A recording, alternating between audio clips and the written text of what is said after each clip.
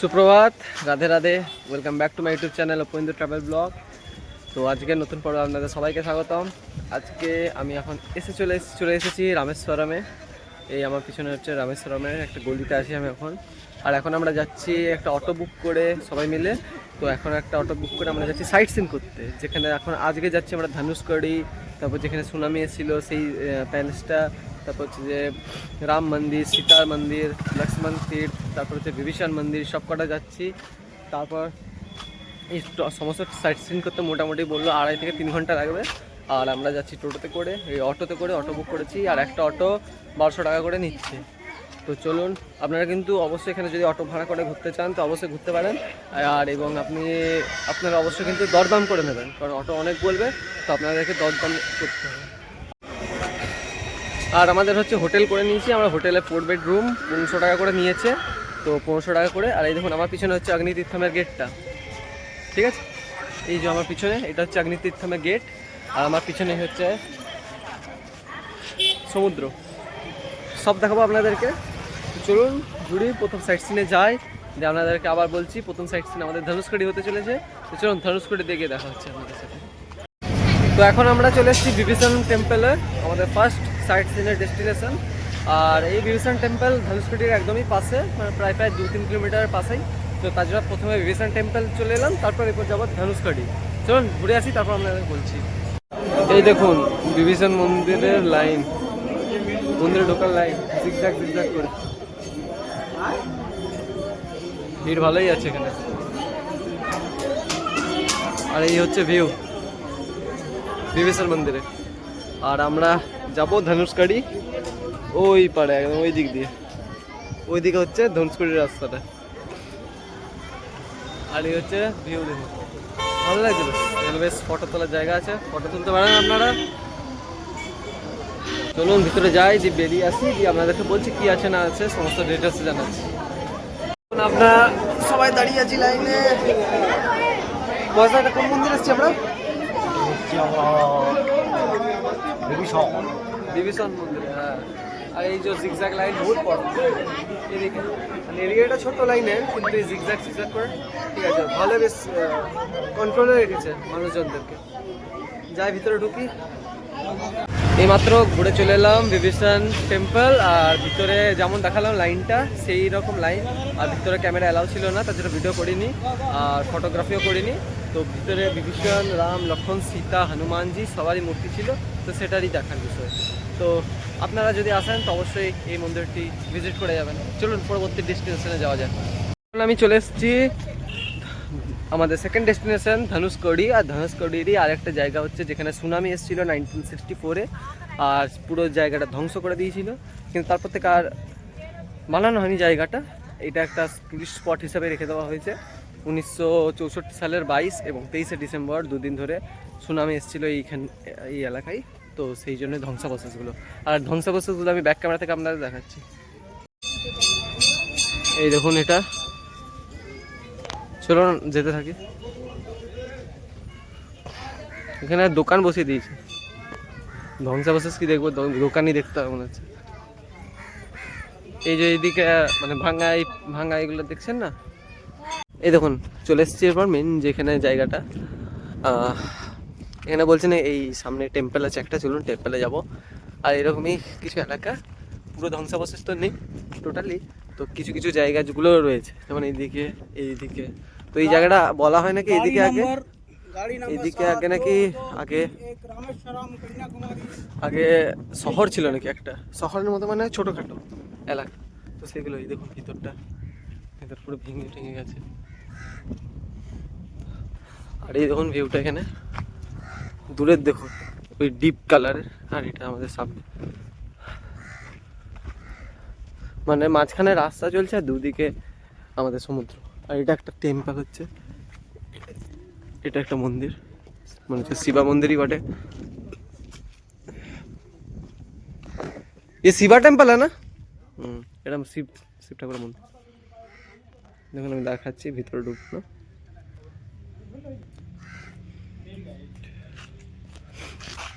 আর ওইদিকে আরেকটা মন্দির আছে, সেম শিবের মন্দির। আর এই দেখুন আপনারা ভিউটা দেখুন, না এই দূরে ওটা হচ্ছে লাইট হাউস, বেশ ভালো। চলে এসেছি আমরা Dhanushkodi, the last land of India. আর আমি দাঁড়িয়ে আছি একদম লাস্ট ল্যান্ডে, আর আমার এই দেশের পতাকা, আমার এই দেশের গর্ব, এই পতাকা নিয়ে দাঁড়িয়ে আছে। আর প্রচণ্ড গরম, আর পিছনে দেখুন, আর ওইখান থেকে শুরু হয়েছে রাম সেতু। চলুন ওখানে যাই, গিয়ে আপনাদের দেখাই, খুব সুন্দর লাগছে এই জায়গাটা। এই দেখুন কত ভিড় ধনুষকোডিতে।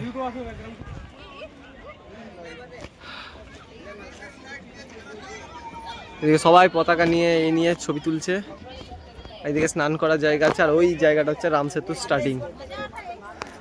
দারুণ লাগছে, দারুণ এক্সাইটমেন্ট লাগছে, মানে খুবই সুন্দর জায়গাটা। প্রচণ্ড গরম, এতদিন রিলসে, এতদিন ইউটিউবে দেখে এসেছি, আর আজকে একটা স্বপ্ন জীবনের পূরণ হলো, যে ভারতের শেষ প্রান্তে এসে যে কন্যাকুমারী একটা শেষ প্রান্ত দেখলাম, আর একদমই আমাদের ভগবান শ্রী রামচন্দ্র রাম সেতুর এখানে আছি।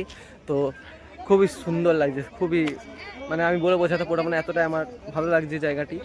আর এখানকার জলের রং কিন্তু মানে প্রায় 5 মিটার 10 মিটার অন্তর অন্তর চেঞ্জ হতে থাকছে। প্রথমে ঘোলাটা আছে, তারপর একটু গ্রিন গ্রিন হচ্ছে, তারপর আর একটু লাইট গ্রিন হচ্ছে, তারপর স্কাই ব্লু হচ্ছে, খুব সুন্দর। আর এখানে পিছনে আমার বন্ধুরা সব ফটো তুলতে ব্যস্ত, এদিকেও সব ফটো তুলছেন। তো আসবেন, আপনারা অবশ্যই আসবেন, রামেশ্বরমে একটা ট্রিপ করুন, রামেশ্বরম, কন্যাকুমারী, মাদুরাই, কেরালা, এগুলো ট্রিপ করুন আর ঘুরুন এই সব জায়গা, খুব সুন্দর লাগবে। আমি এখন মানে ভারতের একদমই লাস্টে আছি, একদম একদম শেষ প্রান্ত যেখানটাতে, এই যে ওই পাথরের যে শেষ, আমি যে এরপর মানে একবারে জলে পড়ে যাব, আর ভারত নেই। এই পাথরটা পেরোলে আর ভারত পাবো না, ওই বালির ওই পিছনে ওই বালিটা পেরোলাম, আর ভারত পাবো না। তো শ্রীলঙ্কা এখান থেকে মাত্র 15 কিলোমিটার দূর। বলে নাকি এখানে কি বেশ আছে, তো ক্লিয়ার দেখা যায় টেলিস্কোপের মাধ্যমে, কিন্তু আমার মনে হয় 15 কিলোমিটার খালি চোখে দেখাটা সম্ভব বলে এখানে টেলিস্কোপ ছাড়া। আর কি আর বলবো, মানে দারুণ লাগছে, দারুণ। আসুন, আপনারাও আসুন, এনজয় করুন। চলুন ওইদিকে যাওয়া যাক, ওইদিকে গিয়ে আপনাদেরকে দেখাচ্ছি রাম সেতুটা। চলুন জায়গাটি, আমি এখন এই যে নিচে আছি, আর এখন পুলিশ চলে এসছে, পুলিশ সবাইকে উঠিয়ে দিচ্ছে, আমি জানি না কেন, হয়তো কিছু কারণ আছে তার জন্য সবাই উঠে যাচ্ছে বা পুলিশ এসে উঠাচ্ছেন। এদিকে তামিলনাড়ু পুলিশ। চলুন আমরা উঠে যাই, এই পাথর বেয়ে বেয়ে উঠতে হচ্ছে, দিয়ে উঠিয়ে দিয়ে চলুন ওইখানটাতে ফটো তুলি কিছু, আর ভিডিও করে আপনাদের দেখাই। আমাদের ফাইনালি ধনুষকোটি ঘোরা কমপ্লিট। ওই আমার পিছনে হচ্ছে অশোক স্তম্ভ। চলুন এবার যাই আমাদের next tourist spot, next destination. Ram সেতু কমপ্লিট, ধনুষকোটি কমপ্লিট, একটা ড্রিম কমপ্লিট হলো, একটা স্বপ্ন কমপ্লিট হলো। আশা করছি বাকি জীবনের বাকি যে জায়গাগুলো ঘুরতে যাওয়ার ইচ্ছা আছে সেগুলোও কমপ্লিট করতে পারবো, সেগুলোই পূরণ করতে পারবো। চলুন যাওয়া যাক। এখন আমরা চলে এসেছি আমাদের পরের গন্তব্যস্থলে, পরের মন্দিরে।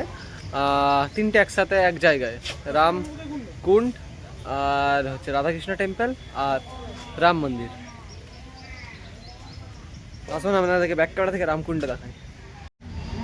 এই দেখুন, এটা হচ্ছে রামকুণ্ড।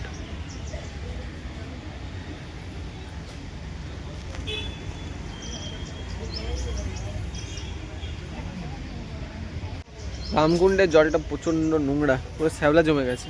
এই আমার পিছনে আছে, ব্যাক ক্যামেরা থেকে দেখালাম আপনাদেরকে। জানি না কেন তো পরিষ্কার করে রাখেনি, কেন কে জানে। যাই হোক, আর এরপর আমরা যাবো এরপর রাম মন্দির আর হচ্ছে রাধাকৃষ্ণ টেম্পল। চলুন যাই, গিয়ে দেখাচ্ছি আপনাদেরকে। এটা হচ্ছে রাম মন্দির, চলুন ভিতরে যাই। প্রচণ্ড রোদ এখানে, বহুত গরম। আমি বারবার বলছি আপনাদেরকে, আগেও বলেছি, আগের ভিডিও আগের পর্বে বলেছি যে আপনারা কিন্তু অবশ্যই সানগ্লাস, সানস্ক্রিন এগুলো ক্যারি করুন। প্রচণ্ড রোদ এখানে, ছাতা পালে ছাতা, টুপি সব ক্যারি করুন। জল, এই দেখুন ভিতরটা। আর এই দেখুন, এই হচ্ছে রাম মন্দিরের পাশেই হচ্ছে এটা নাগেদের স্ট্রাকচার পুরো। ও, এটা হচ্ছে শ্রী পঞ্চমুখী হনুমান টেম্পল। আর এখানে হচ্ছে ফ্লোটিং ইয়েটা আছে, ফ্লোটিং স্টোন, যেটা রাম সেতুতে ইউজ করা হয়েছিল। পঞ্চমুখী, তো পঞ্চমুখী হনুমান মন্দির দেখা হয়ে গেছে। ভিতরে একটা বিরাট বড় পঞ্চমুখী হনুমান ছিলেন, আর তার ভিতরে ছিলেন অরেঞ্জ কালারের পুরোটাই পঞ্চমুখী হনুমান। আর ভিতরে আমরা দেখলাম ফ্লোটিং, পুরো ফ্লোটিং যে স্টোন, যেটা একদম রাম সেতুর জন্য একদম এই সমুদ্রের মধ্যে ফেলা হয়েছিল, সেটাকে আমরা দেখলাম। তো ভিতরে এটাই আছে, ভিতরে ক্যামেরা ভিডিওগ্রাফি কোনো কিছু অ্যালাউ নেই, তার জন্য করতে পারলাম না। এখানে ম্যাক্সিমাম মন্দিরে, কোনো মন্দিরে আসলে ফটোগ্রাফি ভিডিওগ্রাফি অ্যালাউ নেই, তো আপনারা অবশ্যই ভিজিট করবেন এই মন্দিরে এসে। আরেকটা কথা বলে রাখা ভালো আপনাদেরকে, আপনারা কিন্তু ভুলেও পঞ্চমুখী হনুমানের ভিতরে যেখানে ফ্লোটিং স্টোন আছে সেখানে ভিডিওগ্রাফি ফটোগ্রাফি করবেন না, কারণ ওখানে 2-3 জন মহিলা ভিডিও করছিল, তাদের ফোন কেড়ে নিয়ে রেখে দিয়েছিল। তো আপনারা কিন্তু ভুলেও করবেন না, কিছু কিছু জিনিস প্রাইভেসি থাকাই ভালো, ঠিক আছে? তো এটা মনে রাখবেন অবশ্যই, রুলস রেগুলেশন মেনে চলবেন। আর এই দেখুন পঞ্চমুখী হনুমান দেখার পর এই হচ্ছে নটরাজ মন্দির। এটা হচ্ছে নটরাজ মন্দির, উপরের এরকম টাইপের ডিজাইনটা।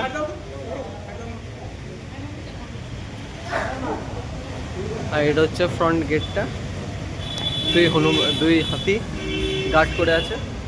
আর এই হচ্ছে টোটাল ফ্রেম। যারা যারা আসতে পারবেন না, যারা যারা আসতে পারছেন না, তারা আমার ফ্রেমেই ভগবানকে দেখে প্রণাম করুন। তা চলুন এরপর যাই অন্য একটা স্পটে, সেখানে দেখা যাচ্ছে। আর এখন আমরা যাচ্ছি আমাদের লাস্ট ডেস্টিনেশন, লাস্ট আর একটা মন্দির, সেটা হচ্ছে লক্ষ্মণকুণ্ড। চলুন যাই, ভিতরে যাই, ভিতরে গিয়ে দেখি। যদি ক্যামেরা অ্যালাউ থাকে অবশ্যই আপনাদের দেখাবো, আর না থাকলে আমি বাইরে এসে ডিটেলস দিচ্ছি কী না আছে কী নেই। তো লক্ষণ মন্দির থেকেও বেরিয়ে গেলাম, আমার পিছনেই হচ্ছে এই যে ভিতরে ঢুকতে হয়। তার এখানে কিন্তু ক্যামেরা অ্যালাউ নেই, তার জন্য আমি ঢোকাইনি, ক্যামেরা নিয়ে যাইনি, মানে ক্যামেরা ভিডিও শ্যুট করিনি। আর ভিতরেও সেম মন্দির আছে, তো আপনারা ভিজিট করতে পারেন অবশ্যই। আর আমার এই পিছনে হচ্ছে নাগেশ্বর মন্দির, আপনাকে ব্যাক ক্যামেরা থেকে দেখিয়ে দিচ্ছি। এই দেখুন, এটা হচ্ছে শ্রী নাগনাথের মন্দির। আর এখানেই হচ্ছে লক্ষ্মণ টেম্পল, আর ওটা হচ্ছে লক্ষ্মণ কুণ্ড। আর এর সাথেই আমাদের আজকে ডে 1-এ রামেশ্বরমের সাইট সিন যেগুলো করি সেগুলো কমপ্লিট হলো। আর কালকে আমরা যাব পাম্বন ব্রিজ, মন্দির দর্শন, আর হচ্ছে বান গঙ্গা, আর হচ্ছে যে এপিজে আব্দুল কালাম মেমোরিয়াল। তো আপনাদের যদি ভিডিওটি ভালো লেগে থাকে অবশ্যই লাইক কমেন্ট শেয়ার করবেন, এবং চ্যানেল নতুন থাকলে সাবস্ক্রাইব করে দেবেন, এবং পাশে থাকা বেল আইকনটি ক্লিক করে দেবেন। আর অবশ্যই শেয়ার করতে ভুলবেন না, কমেন্ট করতে ভুলবেন না, আর বেশি বেশি করে লাইক করবেন, ঠিক আছে? তো দেখা হচ্ছে আপনাদের সাথে পরের পর্বে, অপেক্ষায় থাকুন। নেক্সট পর্ব, পরের পর্ব খুব জলদি আসতে চলেছে। ভালো থাকবেন, সুস্থ থাকবেন, রাধে রাধে।